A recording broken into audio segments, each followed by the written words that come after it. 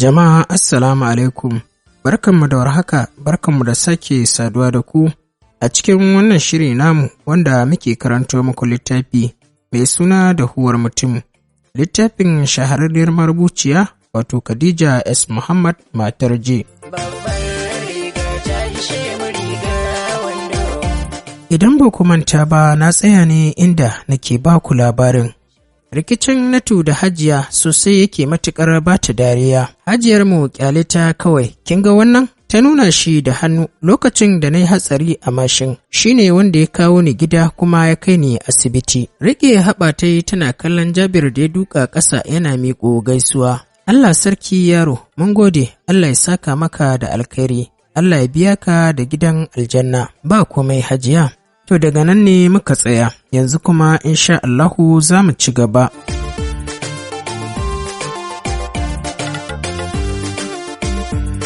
Bismillahirrahmanirrahim, da sunan Allah mai rahama mai jin ƙai muke fara dukkanin lamari. Allah muna roƙonka yadda muka fara lafiya, Allah ka sa mu gama lafiya. Dahuwar mutum kashi na 4. Hajiya ta kalli Jabir wanda yake tsugunne ta ci gaba da cewa, Allah sarki, wannan ai jikata ce, ni da kaina na haifi ubanta lokacin da aka haife ta ne na zaɓi sunan da aka sanya mata. Sunan mahaifiyata aka sa mata wato Nana Bilkisa. A hankali ya sace kallon Bilkisu suka haɗa idanu tare da yin gajeren murmushi. Ka ganta nan marainiya ce, uban ya rasu. Wallahi gata na duniya babu wanda bai yi musu ba. Mutuwa ta ɗauke shi mai raba tsakanin ɗa da mahaifi. Ko ni nan duk a cikin yarana ba kamar shi. Allah dai ya ji kansa. Ta ƙarasa maganar tare da matsar ƙwalla da take ƙoƙarin fitowa daga cikin idanun nata. Jikin Jabir ya yi sanyi, tausayin Bilkisu ya ɗarsu a kan ƙirjinsa. A ran shi yake cewa ashe marainiya ce. Allah sarki Hajiya, Allah ya ji kansa ya gafarta mishi. Amin ɗannan, na gode. Kana da mata ne? Ya yi saurin kallon Bilkisu, ita ɗin ma a wannan lokaci shi take kallo cike da fargabar mai Hajiya ke son cewa, A'a Hajiya, ba ni da mata, to ka zo ka nemi uwa, ni zan tsaya maka a baka ita don na ga kana da hankali. Ni ce nan na haifi ubanta, ka san kuwa ina da iko da ita. Dangin uwarta Fulani ne suna can a rigarsu, shi yasa ka ganta faratas dangin uwarta ta biyu. Murmushi ya yi mai sauti musamman ma da ya kalli Bilkisun ya ga ta saki baki tana ta kallon Hajiyar. Tom, na gode Hajiya, yauwa ka gaida gida, na gode. Iyayen naka a nan suke ne? Ta yi maganar bayan ta fara tafiya. Jabir ya amsa mata, to ka gaishe su. Daga haka Hajiya kaka ta fice shi kuma ya miƙe suka ci gaba da tafiya da Bilkisu domin shiga cikin gidan, ba tare da kowa ya ce da kowa komai ba a cikinsu.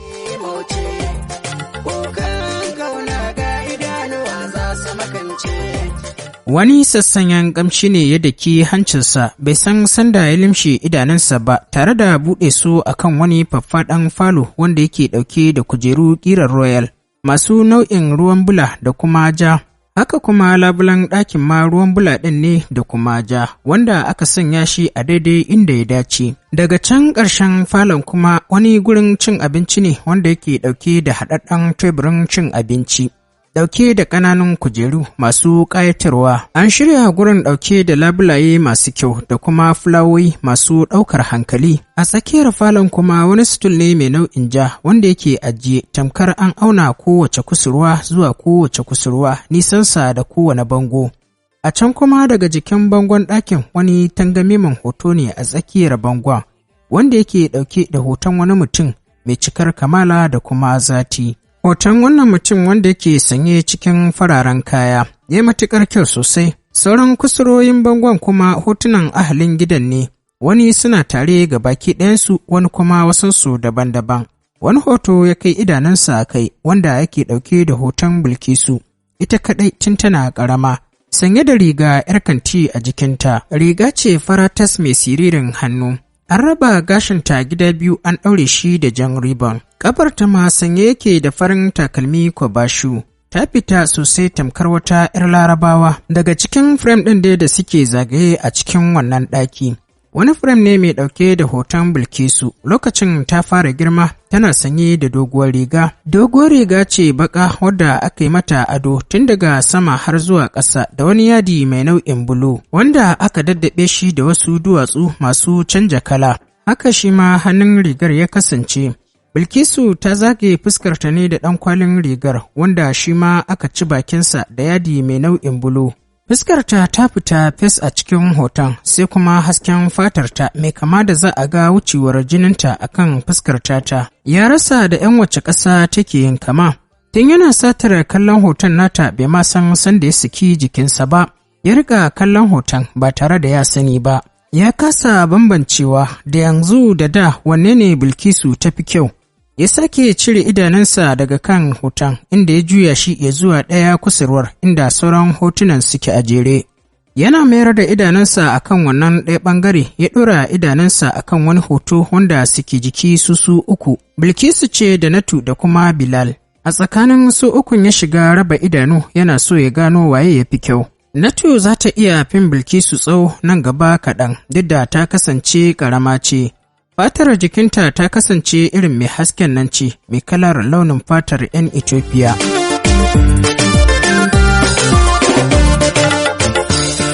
Jikin Natu ba cike yake ba irin kamar yadda na Bilkisu yake, ma'ana dai Natin ita ta kasance siririya ce.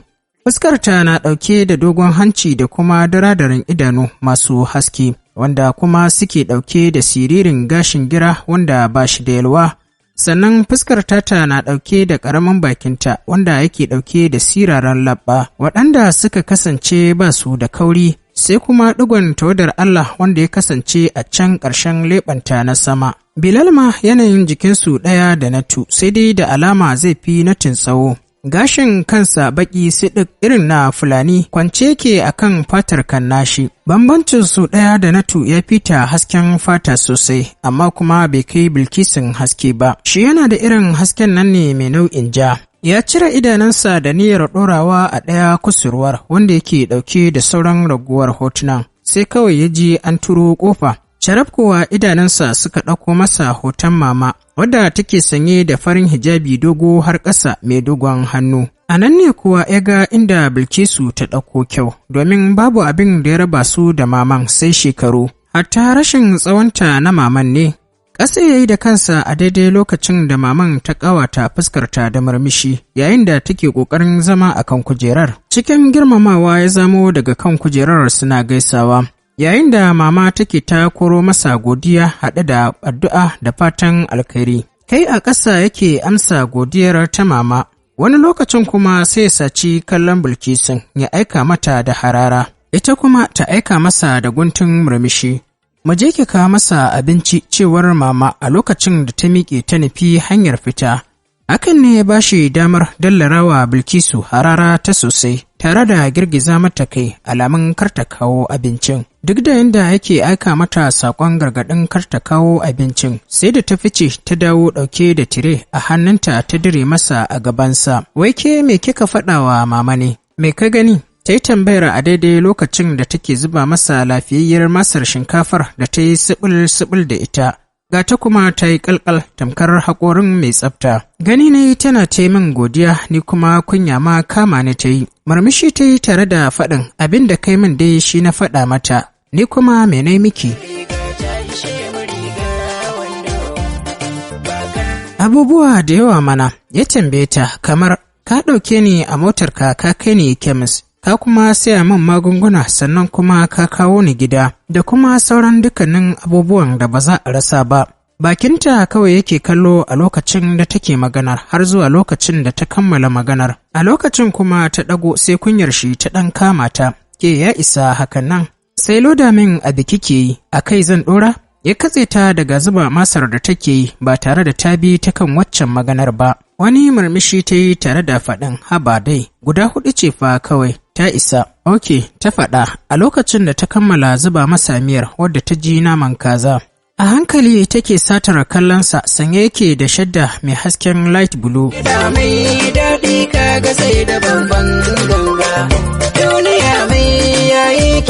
Ɗinkin rigar da kaɗan ya wuce gwiwarsa ya zauna cip-cip a jikinsa.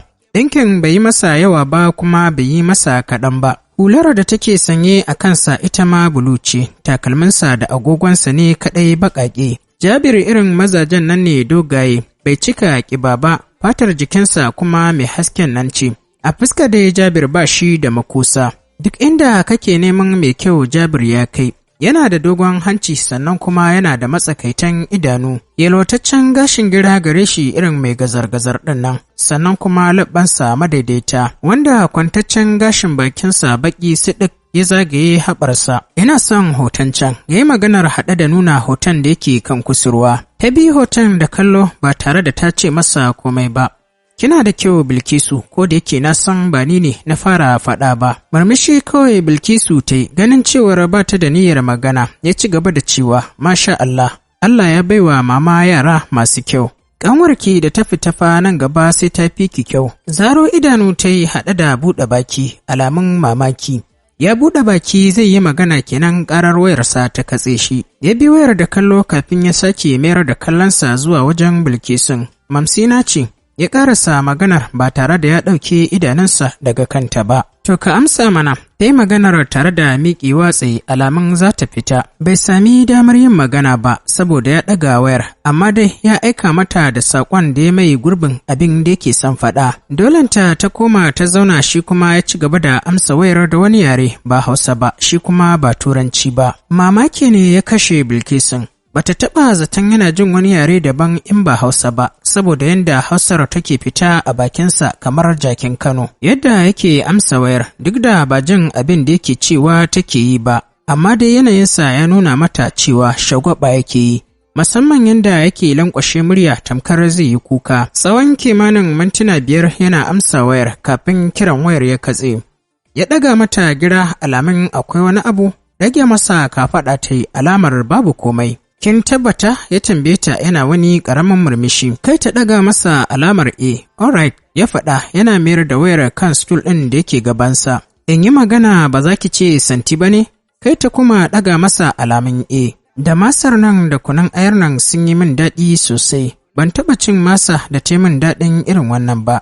Murmushi kawai Bilkisu take yi tana kallonsa. Harara ya aika mata tare da miƙewa tsaye yana goge hannunsa da tishu. Wai tafiya za ka yi? Ta yi masa tambayar cike da mamaki. Ba kina yi min dariya ba? Ya ba ta amsa cikin salon shagwaba. Wannan ya tabbatar mata da cewa shi ɗin haka yake. Dan da alama shi ɗin ɗan shagwaba ne, abin ya zama mara jiki. Sorry, ta faɗa tare da haɗe hannayenta guda biyu. Lokacin sallah ya matso, ya yi maganar tare da duba agogon hannunsa.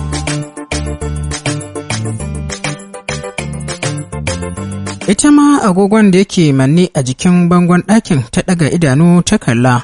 A wannan lokaci ƙarfe 3:10. To jira na kirawo mama ku yi sallama. Wai, Aradu ba zan tsaya ba. Kin san yadda nake ji na kuwa a gaban maman na? Ya ƙarasa maganar ne tare da riƙe haɓar shi. Ya bata dariya sosai amma sai ta murmusa kaɗan. Ki same ni a waje, ya yi maganar ne daidai lokacin da yake fita. Bilkisu ta bi bayansa amma ita sai ta wuce kicin. Yana jingine da motar shi yana latsa wayar shi, ta fito hannunta riƙe da leda. Bayan ta fito ta fara ƙoƙarin buɗe ƙofar motar, wanda ƙofar ta kasance a kulle da remote.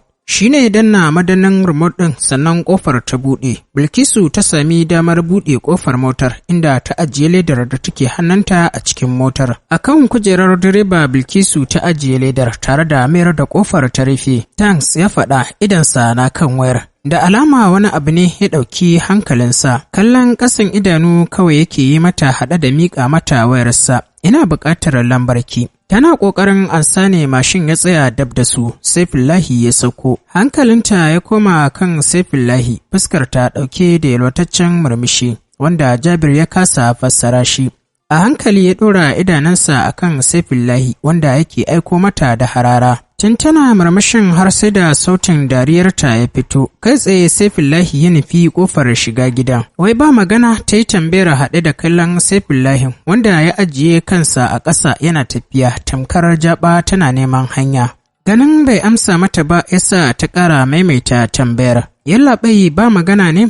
Wata jibgegiyar harara ya ƙara aiko mata daidai lokacin da yake tura get ɗin. Hakan ya sa ta ɗanyi dariya mai sauti, ta dawo da hankalinta akan wayar da take hannunta. A daidai wannan lokaci wayar kuma ta riga ta rufe. Ta miƙa masa wayar tare da faɗin sori, wayar ta kulle. Waye wannan? Ya yi tambayar idanunsa ƙurr a kanta kuma ba tare da ya karɓi wayar da take hannunta ba. Yayana ne, cousin ko? Ya yi tambayar har zuwa lokacin bai janye idanunsa daga kanta ba.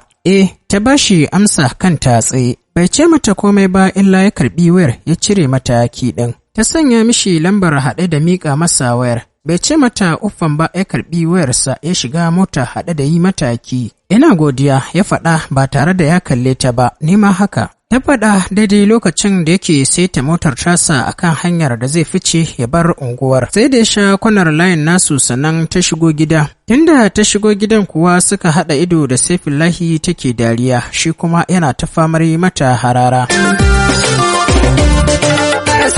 Sashin suna akan kina bi moce, kokan gauna ga idanuwa za su makance, san ba na fata ga kunnuwanki sakurance, kan saurare.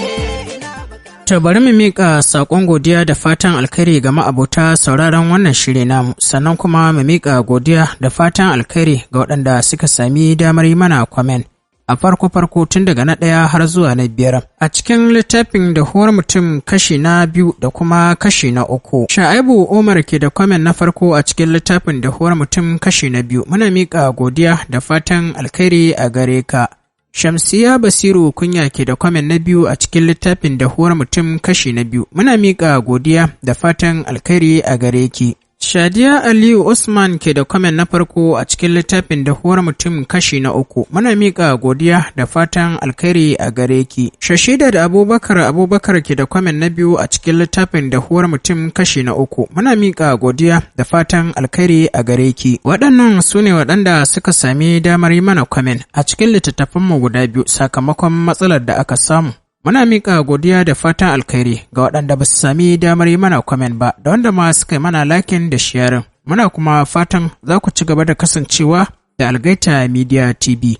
Babbar riga ta ishe mu riga wando, ba karya ba, rike ni dan zane nan sharuwa.